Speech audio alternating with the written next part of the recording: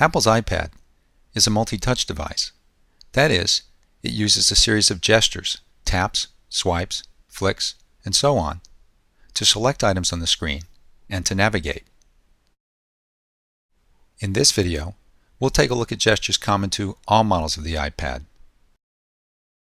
Let's take a look at a few of these gestures. First, the tap.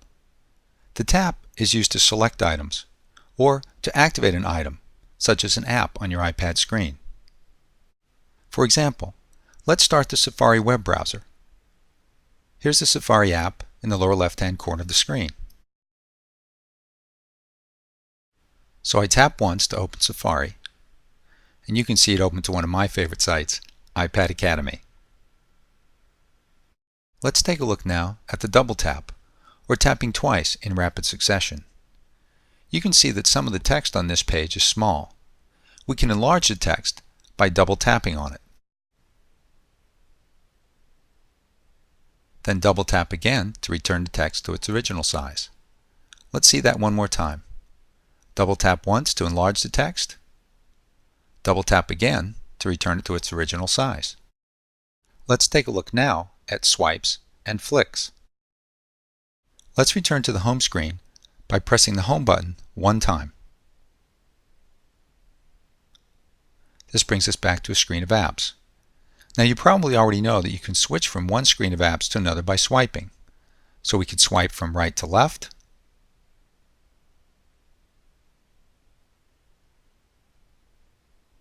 or we can swipe from left to right.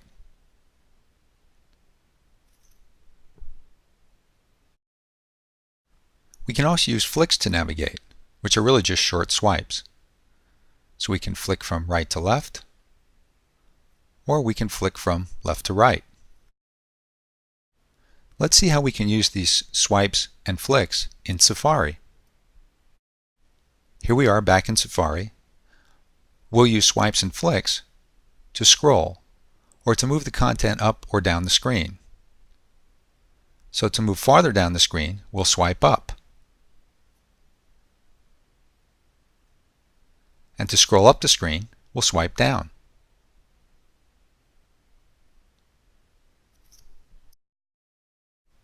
One of the other things you'll notice about scrolling, especially in apps like Safari, is that Safari uses what's called inertial scrolling.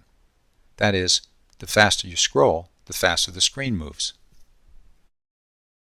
So swiping or flicking quickly scrolls the content quickly up or down the page. Watch.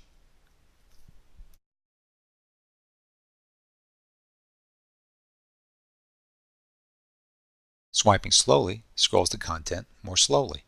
So fast or slow, you're in control.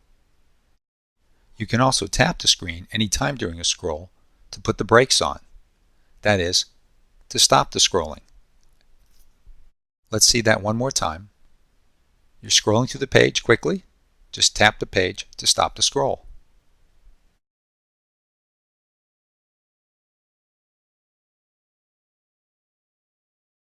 Earlier we saw how we can enlarge the text on the screen by double tapping.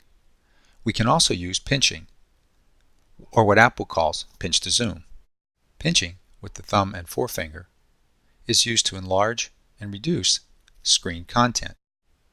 To zoom in, we put the thumb and forefinger on the screen and spread them apart. To zoom out, we pinch the thumb and forefinger together.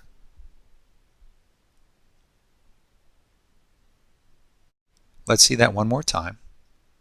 So we pinch apart to zoom in, we pinch together to zoom back out.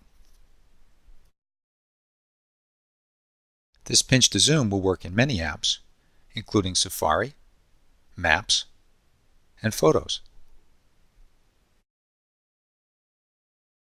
You can also use a number of multi-finger gestures with your iPad. Here are two examples. You can switch to another app you've used recently by swiping with 4 fingers on the screen. So you can swipe with 4 fingers from right to left,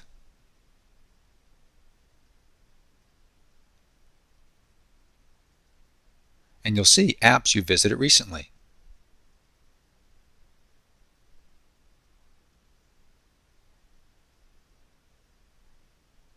You You can also swipe left to right.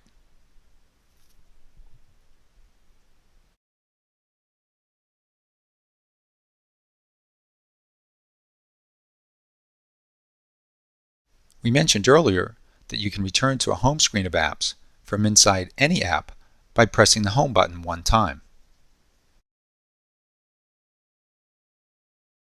You can also quickly return to a screen of apps with a 5-finger pinch. So place 5 fingers on the screen and pull them together. Let's see that one more time. 5 fingers on the screen, quick pinch together. We'll return to these multi-finger gestures, or what Apple calls multitasking gestures, in a later video.